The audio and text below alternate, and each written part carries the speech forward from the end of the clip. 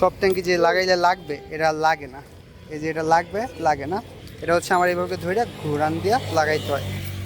আর service সেন্টারে নিয়েছিলাম, এখানে হচ্ছে তারা ইচ্ছা মতো WD-40 দিছে, দেওয়ার পর এটা তখন হচ্ছে লাগতো, এখন যদিও আর লাগে না। হ্যালো, আসসালামু আলাইকুম বন্ধুরা, আশা করছি সবাই ভালো আছেন। আমার নতুন একটা ভিডিওতে আপনাদের সবাইকেই স্বাগতম। আজকের ভিডিওটা হচ্ছে আমার বাইক নিয়ে অনেক দিন মতো ভিডিও করা হয়নি, এই জন্য ভাবলাম একটা ভিডিও করি। আর ভিডিওর টপিক কি? ভিডিওর টপিক হচ্ছে আমার বাইক 4300 কিলোমিটার পর্যন্ত চলছে, আর 4300 কিলোমিটার পর্যন্ত চালাইয়া বাইক থেকে কি অবস্থা, মানে বাইকের কি অবস্থা না অবস্থা, বাইকের একটু খবর টবর সম্পর্কে আপনাদের জানাবো। আর যারা বিশেষ করে বাইকটা কিনতে চাইতেছেন তাদের জন্য আশা করি উপকারে আসবে বাইকের কি অবস্থা না অবস্থা।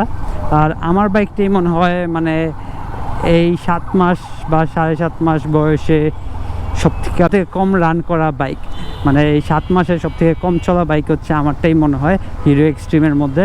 আর বাকি সবারটা আমার থেকে অনেক বেশি চলা বাইক। আর আমার বাইকের একটু খোঁজ খবর আপনাদের জানাবো। আর আমারটা হচ্ছে ওই ফার্স্ট লটের বাইক, সবাই যে বলে ফার্স্ট লট বা একবারে প্রথম যখন আসছে যে বাইকটা আসছে ওই বাইকটাই হচ্ছে এই বাইকটা। আর বাইকের অবস্থা কি? বাইকের অবস্থা মোটামুটি চলনসই চলতেছে, এই হচ্ছে অবস্থা। আর কিছুদিন আগে আপনাদের সাথে শেয়ার করছিলাম বাইকের ট্যাঙ্কিতে মানে একটু ঝামেলা হয়েছে, ট্যাঙ্কির লক জ্যাম হয়ে যায় এই জিনিসটা। আর এই জিনিসটা হচ্ছে সার্ভিস সেন্টারে গেছিলাম, একদিন না দুই দিন সার্ভিস সেন্টারে গেছিলাম। 2 দিন সার্ভিস সেন্টারে যাওয়ার পর তারা আমার যেটা বলছে সেটা হচ্ছে আপনারা প্রতিদিন একবার করে তেলের ট্যাঙ্কি খুলবেন, খুলে লাগাবেন।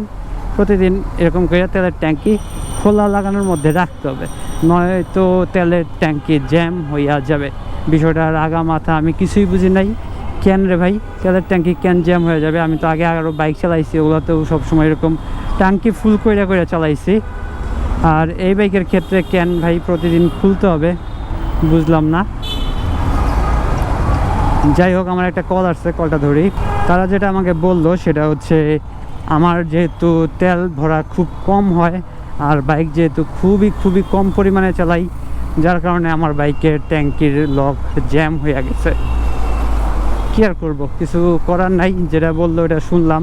তারা হচ্ছে WD-40 দিয়ে ওয়াশ করে দিল। একবার শেওড়াপাড়ায় গেলাম, ওইখান থেকে WD-40 দিয়ে ওয়াশ করে দিল। তারপর হচ্ছে তেজগাঁওয়ে গেলাম দেখাইতে, তেজগাঁও WD-40 দিয়ে ওয়াশ করে দিল। সমাধান কি জানেন? পরের দিন যখন সকালে তেলের ট্যাঙ্কি খুলে লাগাইতে যাই, যেই লাউ সেই কদু। এখন ওদের ওইখানে গেলে ওরা হচ্ছে WD-40 দিয়ে ওয়াশ করে দেয়, তখন লকটা কাজ করে। পরবর্তীতে একদিন হয়ে গেলে আর লক কাজ করে না। কারণ এটা কী করবো বলেন? ওদের এখানে গেলে আমি নিজেও দেখি ওরা যখন WD-40 দিয়ে ওয়াশ করে এটা ঠিক হয়ে যায়, পরবর্তী দিন তো আর এটা কাজ করে না। এটা আমি তাদের কেমনে বুঝাবো? আমি 2 দিন বললাম, 2 দিন তারা দেখলো, বলে ভাই এটাতে ওয়ারেন্টির মধ্যে পড়বে না, যেহেতু এটা WD-40 দিয়ে ওয়াশ করলে ঠিক হয়ে যাইতেছে, এটা তো আপনার ওয়ারেন্টিতে দিবে না। যদি তো WD-40 দিয়ে ওয়াশ করার পর এটা কাজ না করতো তাইলে হচ্ছে আপনারা এটা আমি ওয়ারেন্টিতে দিতে পারতাম। এখন যদি আপনার এটাতে ওয়ারেন্টিতে দেই তাহলে আমার জবাবদিহি করতে হবে। এখন যে যারা বাইকটা সার্ভিস করে তাদেরও তো যাই না শুই না এই বিপদে ফেলতে পারি না। পরে বললাম আচ্ছা, যে অবস্থা যা আছে ঠিকঠাক করে দেন, যেমনি আছে অমনি দিয়ে দেন, কি আর করার। তারপরও বললো হচ্ছে আপনি যখন 3 নাম্বার সার্ভিস করাবেন তখন বইলা দেখেন, যদি ঠিক করা যায় বা চেঞ্জ করা যায় কইরা দিব। নর্মালি তাদের যে অবস্থা WD-40 দিয়ে ওয়াশ করলে যেহেতু ক্লিন হয়ে যায়, একদিনের জন্য বা ওইখানে যে কয়েক ঘন্টার জন্য থাকি কয়েক ঘন্টার জন্য যেহেতু ঠিক হয়ে যায়, আমার মনে হয় না এটা আমি আমার এই জীবনে ওয়ারেন্টিতে এটা ক্লেম কইরা পাবো। এই হচ্ছে অবস্থা। আর বাইকের একটা সমস্যা, এটা আপনাদের সবার সমস্যা নাকি আমি জানি না, আমার নাকি খালি শুধুমাত্র আমার বাইকেরই সমস্যা। সেটা হচ্ছে বাইকে যদি কোনো সময় হার্ড ব্রেক ধরে, বা হার্ড ব্রেক দেওয়া লাগবে না, ধরেন আপনি 50 থেকে হুট করে 10-এর স্পিড নামিয়ে দিলেন ইমার্জেন্সি, একবারে হার্ডও না, আমার সামনে থেকে একটা খট করে শব্দ হয়। আমি এই জিনিসটা ওদের সাথে শেয়ার করলাম, তারা আমারে বললো ভাই এটা ABS-এর জন্য শব্দ, ABS-এর মোটরের শব্দ। ভাই মোটরের শব্দ কি এত জোরে হয়? আমি এখান থেকে শুনতে পারি হেলমেটের মধ্যে। আমি যে হেলমেট পরি এই হেলমেটে আমার বাইকের শব্দ আমি টের পাই না, আর মোটরের শব্দ বলে আসে। এই হচ্ছে অবস্থা। যাই হোক, আপনাদের এই ধরনের কোনো সমস্যা থাকলে আমাদের জানাবেন, আর সেটা নেওয়া দেখবো আমার বাইকেও সেম সমস্যাটা আছে কি না। যাই হোক, আপনাদের যে সমস্যার কথা বলতেছিলাম ট্যাঙ্কিতে, এটা তো দেখাইছিলাম একবার, যদিও আরেকবার দেখাইতেছি। এই ধরনের ট্যাঙ্কিটা আমি খুললো সুন্দর মতো। সব ট্যাঙ্কি যে লাগাইলে লাগবে এটা লাগে না, এই যে এটা লাগে না, এটা হচ্ছে আমার এইভাবে ধরে ঘুরান দিয়া লাগাইতে হয়। আর সার্ভিস সেন্টারে নিয়েছিলাম, এখানে হচ্ছে তারা ইচ্ছা মতো WD-40 দিছে, দেওয়ার পর এটা তখন হচ্ছে লাগতো, এখন যদিও আর লাগে না, এই হচ্ছে এটার সমস্যা। আর আমার বাইকে যখন একটু জোরে ব্রেক ধরা হয়, এই কোথাও থেকে একটা আওয়াজ আসে, এখানে কোথাও থেকে মনে হয় একটা খট করে আওয়াজ আসে। এটা হচ্ছে আমার সমস্যা না, আমি সার্ভিস সেন্টারে যখন বললাম, আরও 2-3 জন বললো তাদের বাইকেও সেম আওয়াজটা করে।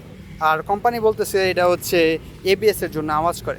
আরেকটা বেশি সমস্যা সেটা হচ্ছে এই যে গিয়ার লিভারটা দেখতেছেন, গিয়ার লিভারটা, এটা বাইকটা যদি একদিন বৃষ্টিতে ভিজে অথবা 2-3 দিন বাইকটা যদি পইরা থাকি, ইউজ না করি, তাইলে এইখান থেকে খট মানে শব্দ শুরু করে যখন গিয়ার শিফট করে।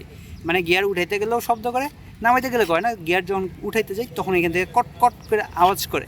আর এটা যতক্ষণ পর্যন্ত গ্রিজ করা থাকে ততক্ষণ এই শব্দটা করে না। আর এই সমস্যাগুলো নিয়েই হচ্ছে আমি ভুগতেছি। আপনাদের আরও কোনো সমস্যা থাকলে একটু জানায়েন কমেন্ট কইরা। আপনাদের সবারই কি সেম সমস্যা নাকি ভিন্ন ভিন্ন সমস্যা হচ্ছে?